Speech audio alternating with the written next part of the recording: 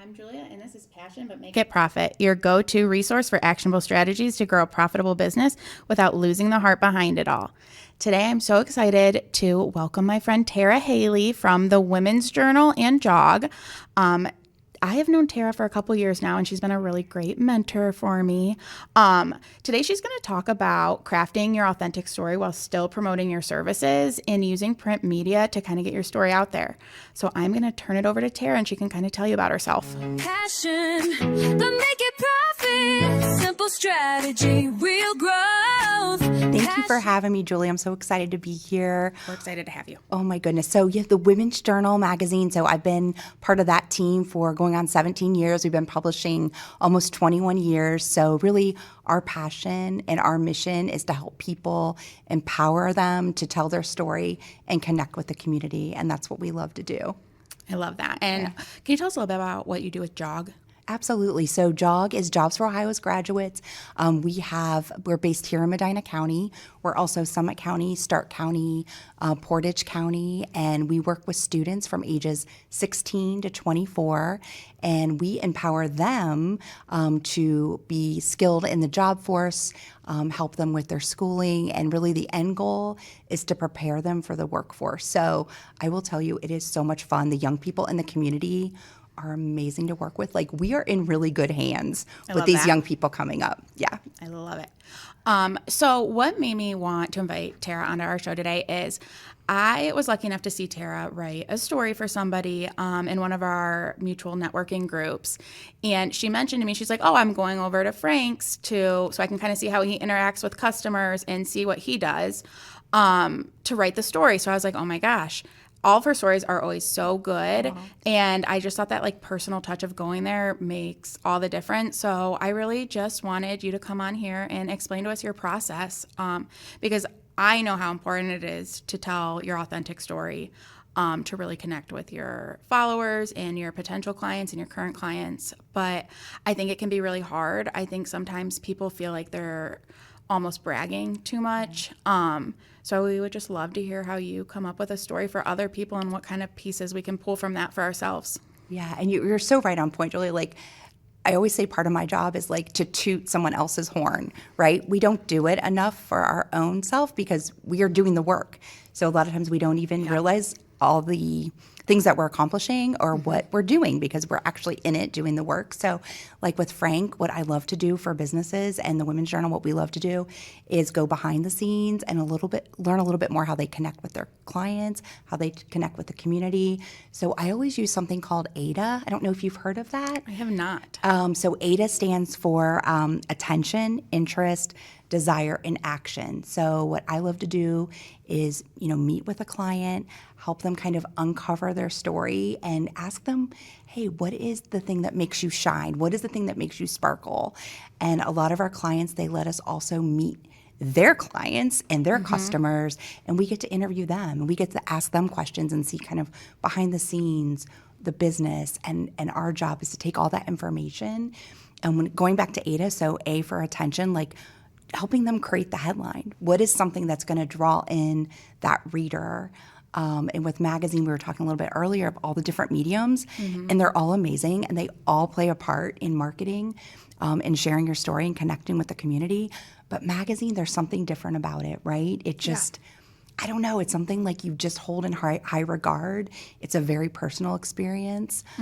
So creating that headline to draw in that reader is always the first step, right? Like, we help you create the headline. We want to help you share your story. Yeah, and you're talking about that from like a print aspect, but that translates over so well into especially social media and the digital marketing, because right now we're seeing reels. Like the biggest thing of a reel right now is making sure you have a good hook, because it's just such a dense market. There's so much content to consume. So getting that attention, it's something that goes over all the different media. Absolutely. And I feel like once you've helped craft that headline, or if a reel, once you have that hook, like use it and change it up a little bit for each medium that you're using, and just keep that consistent. I think that people learn to recognize that. And then interest and desire, that's kind of next in that ADA method that we use. So you've got to, create that interest. You want to help share what that educational piece is as part of your content. That's what people are looking for right now in social or print. They want that educational component. That's what they're searching for. That's what they're yearning for. And then at the end is A for action. Like, what's the action step? Can I connect with you and like, can we meet for coffee? Can I connect with you and subscribe to your newsletter? Like all of those are so important to put into that. And that's what we help our clients craft as part of their message. Yeah, this is super interesting because I have not heard of ADA before. But when I'm working with my clients, we talk about how to put together your captions. And a lot of times it's starting with that hook, and then it's like the body, the meat of your whatever you're posting about, and then you're going to have that call to action at the end. Yeah. And call to action doesn't always have to be sales. I think people get that confused a little bit. Call to action can be anything. Like, you just have to tell someone what next steps to take because they obviously don't know unless you tell them. So it could be as easy as like, hey, share this post, or follow us. Like, if you're doing something in print, you could easily say, follow us on this one, or subscribe to our emails here. Yeah, perfectly said. Like, I think it's all about connection. And that's what we love to do, right? Like, connect the reader, or like today, the podcast, the listener, like make that connection with them. And you have to be so authentic in it. That's what it's about. That's what I love about your podcast. Like, we're having a conversation, like we're learning about each other, and we're sharing information. I think that's what people are really searching for, that authentic connection. We're not getting that as much anymore. And people are like, that's what they want. Yeah, I agree with that completely. And I think it's the way that you interact with your customers. I don't know if somebody would really think about that when writing their own story. I think that that's something really interesting. And most of the listeners of this podcast and most of the people I work with are solopreneurs for the most part. So they're probably crafting their own stories. But just like from what you were talking about all those different questions you're asking, I'm thinking that there really could be a way to do that through AI or like ChatGPT if you're really struggling to kind of write your authentic story. They could come back, and some of those questions that you're saying you ask or things you look for, you can kind of have ChatGPT or whatever you use, say, using this ADA framework. Like, if you were a reporter or you were somebody writing an article about me, what kind of questions would you ask? I love that, Julia. That's so perfect. Yeah, for somebody. So I guess with that, so prompting to be like as specific as possible. Like, what are some other things you're asking the people you're writing a story about? What are you asking them? So we could kind of have ChatGPT ask us. Right. Yeah, that's great. Yeah, the prompts are we were talking about that at work today. Like, AI is such a great tool. You just have to know the prompts, right? You have to walk it through for what you're looking for.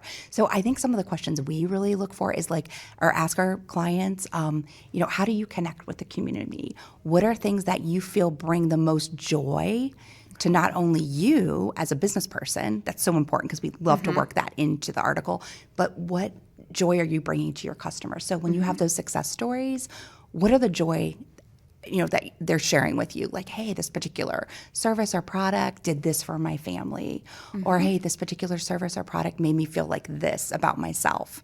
And I think sometimes we have to tap into that and then craft the story around that. That's really what you want that heartfelt connection. And I feel like when I was kind of really early on in my marketing career, like, I had a manager that was fantastic, and she always said the number one thing to do, especially in a very competitive environment, is tap into what pulls the heartstrings of your clients, and that's your marketing message. Yeah, that's what you go with. Yeah, absolutely. Yeah. Even with that, like what you were talking about, I forget exactly what you said for the first one, but like, what joy do you bring your customers, or like what sets you apart? That's so easy to tell ChatGPT or whatever you're using. Ask me 10 questions to deep dive into what brings my clients joy. Yeah. So you almost would be asking AI to interview you, which we did not plan on this one being about AI at all. But I just, when talking about it, it just seems like, I know not everyone is going to have the resources to hire someone at the moment to write a story about them. Oh, excuse me. They're not going to have the resources right now to hire someone to write a story. And it's also hard because we need to be telling our story in all of our content. Yes. So I think that that's just a really cool way that I've used roundabout ways of doing that with AI, but I think that that's a really good way that people can use AI to really craft their message. Yeah, I love that. And AI, it's an important tool. It's a tool that we're going to continue to use. Oh, I think it's important to learn, how you can use it for the better. Absolutely. Yeah.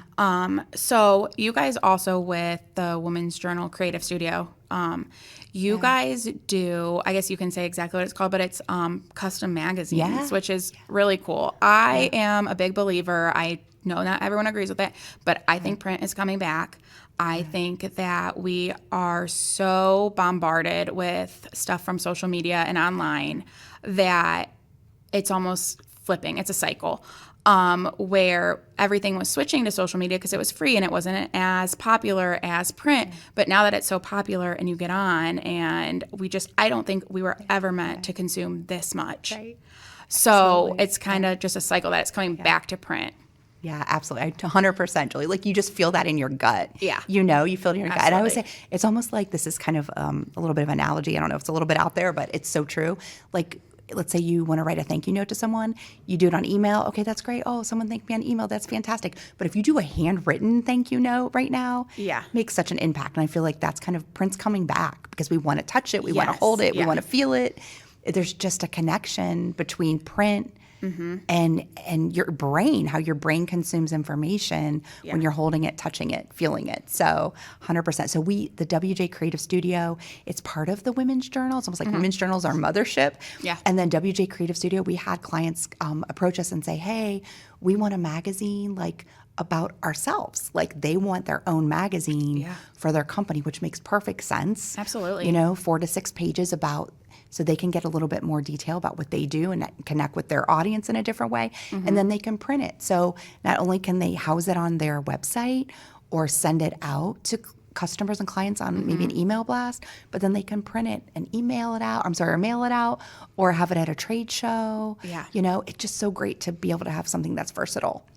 So these custom magazines, they're so much fun to create. We're having a blast. So Yeah, I bet. Yeah. So thank you for asking me about that. It's fun. We're having a really good time doing it. Yeah, I think So- that's just like a unique way to bring something into your business, especially when you're marketing and you kind of feel like you're tapping out everything on social media. When I had my store, this was 2020, right during the pandemic. I did not know what to do. We had to close our doors, and I panicked, obviously, like everybody else. And I told my husband, I'm like, I'm going to take 2 weeks off. I'm just going to take this little break. We had to cancel our wedding. So I was like, I'm going to take a break, a little mental health break. And my husband's like, that is not a good idea. He's like, you're just going to stop making money. And I was like, okay, you're right. So I'm like, all right, how can I do this? So I decided to start doing delivery. So that's how we were going to make it through. I was posting on social media. I was sending out, and I was like, if I really want this to work, I really need to give a good push. So I'm like, you know what? I'm going to go back to what I learned originally. I worked a lot with traditional media, press releases. I'm like, I'm going to do print mailers.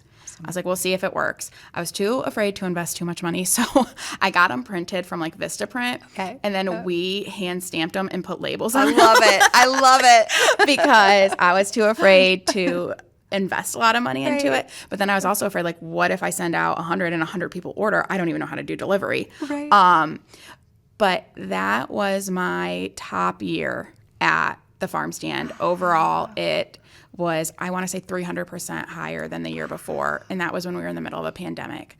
The response from these mailers was phenomenal. And it's not just send out a mailer, obviously. I really targeted in on my target audience. I knew who I was talking to. I got a very targeted mailing list. So there's more to it than just sending out mailers, but I think they still really work. Yeah. And Julie, I mean, you are such a, kudos to you, first of all. You're such a great businesswoman, and you're so good at thinking out of the box and being creative. And I love that you did the handwritten. You actually wrote the address yourself, and I'm telling you, that makes a difference, right? It was that personalized touch. They knew that someone real was connecting with them. It wasn't this mass label that was put on and sent out. And that's your brand to me. Your brand is that you connect, you're personable, and you go above and beyond. And to me, that's your brand. Oh, thanks. Yeah, you're welcome. I just think also with the print and the mailers, when you can actually hold something and people are still going through their mail, you can so easily swipe past an ad without even looking. At least when you're going through the mail, you at least have to read the top part to see if you're going to throw it away or not. You're right. So I think it needs to be targeted. I talk about doing print stuff a lot, and I get a lot of people saying, oh, well, we sent out 2,000 flyers and our ROI was one person.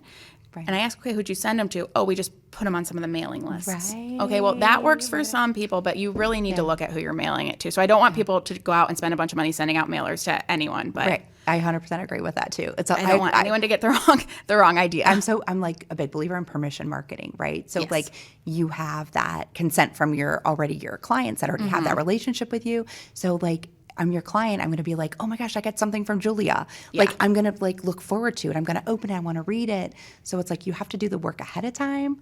And that's what you do. Like you have to have, I just get back to that connection. You've got to have that connection to move your customer base.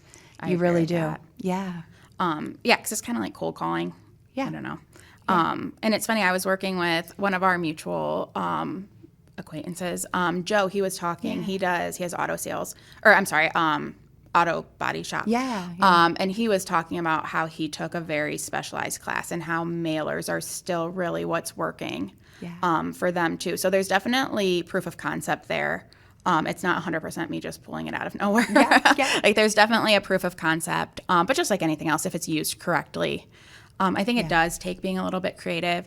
Also, making sure you're tracking, whether that's with like a specialized QR code or So important. So something important. just to see what is converting. So for the custom magazines, what are people sharing in these? So like, say I was going to make a custom magazine, what kind of things would I put in there? Yeah, well, we found that people like there's so much information they want to share, and I think that's happening too, right? Like they just almost like a dump of like I have all this information. So we're helping them take that information and putting it into sections, putting it into logical order.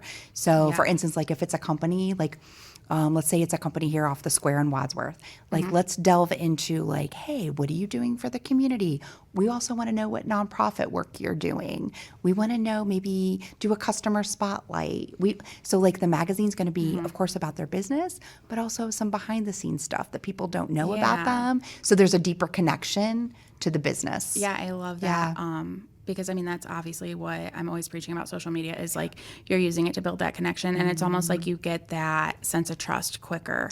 It builds that credibility really fast. Yeah, so important. Yeah, the word we couldn't think of earlier. We were going crazy over it. We could not think of it. Credibility. Credibility. Yes, but it does, having that. And what was the statistic you told me, or something that people are finding magazines more credible? Yeah, so I can't remember top of my head, but it is it's proven, like we've seen studies where they rank like all the different mediums, and magazines always one of the top where people feel like that information is credible. I don't know if it's because it is almost like in print, and your brain just works differently when you're holding something and reading it, and it is print over digital. Not that there's not a place for digital, but it's almost like there's a credibility to magazine that kind of sometimes is over and above other medium choices. Yeah, I guess I never really thought about that, but it does make sense because if you're talking about social media, anyone can post on social media. Anyone with it costs nothing. It's no investment. You don't have to know anything. Just post whatever you want. So there's a lot of fact checking. But I think once you're getting that magazine, even if you're not consciously thinking about it, subconsciously, it's like somebody had to take the time to actually write this and then put it in a magazine and then send it out. Like there probably is something behind that. But I can see that the magazine working for like so many different industries. Like another person I've been talking to is a landscaper. There's just so much that comes with landscaping that I didn't really know. So like if you have someone a weekly client, if you gave them a magazine at the beginning of the year, like, hey, here are some lawn care tips, but then I didn't know that there's certain bushes that can only be trimmed when they're dormant. So like sharing all of that information, that's also such a great way to have an upsell to the people who are already paying you. So the people that already are your fans, they already enjoy your services. Giving them information on how they can utilize your services even more. I love that. They're already your cheerleader, right? Yeah, they're and I can already just your see cheerleader. it Yeah, you've already built that trust with them. For so many different industries. And like even back to talking about Joe, in his waiting room or like every time he has someone, a magazine about just like telling you how to take care of your car because I don't know. I was, and I think things to listen and look for. Yes. You hit it on the head, Julie. Like I think it's all about the educational content. And that's really what a magazine brings is, and like for Joe, for car care, that's perfect fit for him. Yeah. Because that educational component, even if it's like a quarterly magazine, maybe it's only 4 pages, but it's, connecting. And I feel like if you're a company that has your own magazine, that also sets you apart. Yeah, it just makes you look really legit. Yeah, you're right. Yeah. But it is. I love that because, I mean, everyone always says, I've learned this from every coach I've been with, like when you're trying to increase your bottom line, instead of constantly looking for new customers where your acquisition cost is going to be so much higher, utilize the customers you already have and upsell. I love that. Because you already have a sense of trust with them. And you already know what they need, but they don't always know what they need. Right. I could even see it for people in real estate. Yeah. Like when you sell a new house in the area, having a magazine of home care things, what to look for. I could see it going so well, and like partnering with other small businesses to maybe put something together. I think that would be really cool too. Yeah, and that's the thing. Small businesses, solopreneurs, they do not have time to do this. They don't have time. You know, I mean, you can use Canva. There's so many things you can use on your own, but you just don't have time to do it. So I think that's where Kelly and I, for the magazine, we come in. We do it at a very, affordable price point. And we're like, let us take that off your plate. Let us craft your story. Let us do the graphics. And then you own it. It's yours. If you want to print it, if you want to do it digitally, like it's your product once we create it for you. So it has been so fun. Yeah, and you're saying like, anyone, I mean, we could get on Canva, we could do it when you don't have time, but like also you guys have been doing this so long, you know how to do it well. Right, yeah. I can guarantee if I went to make a magazine, it would be nowhere near as well as you guys do it, because I've never done that before. And we're small enough too where, we can say, okay, let's tweak it. It's definitely a process. Like we can come up with an idea and say, hey, they're like, hey, this is not quite what I was thinking. And we enjoy that creative process of going back and forth and making it perfect. That's what it's about. And there's probably so many things people didn't think about. Because I have this pretty much every time I talk to a client. They'll be telling me about their business, and I'm like, oh, I had no idea. I had no idea that had anything to do with your business. Because when you're in the everyday of it, it's almost like secondhand. Like the landscapers with the tree trimming or talking about edging. Oh, we edge every time. I didn't know that. I don't know you have to edge. Somebody else takes care of my lawn. Right, I don't know. right. It's just stuff like that you just wouldn't even know is part of it. Yeah. But informing people about that is so important, because now I know I have a bush that needs trim that can't be trimmed till the winter. I'm going to hire them to do it. Right, yeah. And like, and trust them already. So, Yes. of course, you're going to work with them. Yeah, I feel like I could brainstorm about magazines for different businesses I all know. day. It is so fun. I will tell you one of the success stories we've had is with a golf club, country club type of setting. And they did not have a piece to send out to people that would call them for membership information. They didn't have a piece. So now they have this beautiful 6-page magazine, custom magazine that they can send out. And they can send it out either through the mail, or sometimes they send it out digitally. And, it's all tabbed, and they can go through exactly what they want to know. And it's really simple. And it's already increased their membership. Oh, wow. Because they have a piece that looks great, professional, and all the information's there. And we can build in links if they want to use it more of a digital way. That's cool. And in video, we can embed video into it, which is super awesome. Cool. Yeah, so it's really kind of limitless in what you can do. Yeah, and even I'm thinking about it with a wedding venue, or anyone who deals with new babies, new parents. There's just so much information out there that I think people get a little bit overwhelmed. You don't know what to even go with. So if you could have if you were a venue, because I think that's one of the first things weddings book or brides book is their venue. If you could give out a magazine hey, so this is the timeline you should follow. Or if you're a wedding planner to people who just got engaged, this is the timeline you should follow. Here are options. This is what a plated meal is. This is what a buffet style is. Just the really basics of the pros and cons of all of that. I feel that brings so much value. And then if you're already proving you have all that knowledge and you're giving them that information and you're saying here's plated, here's buffet style, but you're also offering both of those, it's kind of a no-brainer for them to just upsell through you. Right, absolutely, yeah. It's that you're giving the educational component. You're not selling them. You're giving them educational information to make an informed decision, right? So and that's really what it's about. Maybe I should start a marketing magazine as well. There you go. We can help you with that, Julia. Yes, that sounds great. Oh, shameless plug. Well, I think this was really good.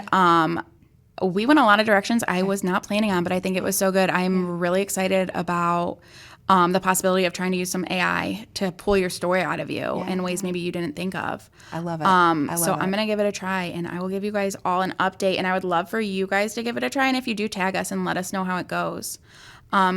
Tara, thank you so much for coming. Thank you for having me. It was so fun. It was fun. Do you want to share where people can find you online? Absolutely. So we'd love to connect through our website. So you can find us online. You can read the magazine as well. So it's women's-journal.com. And through our website, you can also connect with us. We do have social as well. So you can connect with us that way. And on Facebook, you can find us on, we're still under Medina County Women's Journal on Facebook and Cleveland Women's Journal. But through the pandemic, we were really kind of known now as Women's Journal. Okay. But yeah. And then JOG. Can you tell us where we can find more info? I know you have a golf outing coming up beginning of July. I don't think this will air by then. Yeah. But where can we find more events you guys are doing or how to support that? Absolutely. So with Jobs for Ohio's graduates, we're based here. We have an office here in Medina. We're hosting our golf outing, as you said, July 9th. We are hosting it in Brunswick. And it's about giving back for the kids. That's what we're doing. So if you want to connect with us, our website is jobs. I'm sorry. I guess I need to look that up. Let me look up our website. That's so sad. We'll post the website. But if you connect with us on our website, then you can we can connect with the students if you have a student in mind. We also have representatives and specialists in every school district in Medina County. Okay. So you can connect with us that way too. So yeah, visit our website. That's probably the best way to connect with us. Okay. And you can put it in a Google search too. Yes. Yeah. I've done that before. Yeah. And you guys can find me. I am mostly on Instagram at Just Flourish Marketing. I am also on TikTok and Facebook at that same handle. I am so excited for you guys to join us on this little journey, and I will see you the next episode. I'm Julia, and this is Passion, but Make It Profit, your go-to resource for actionable strategies to grow a profitable business without losing the heart behind it all. Passion, but make it profit. Simple strategy, real growth.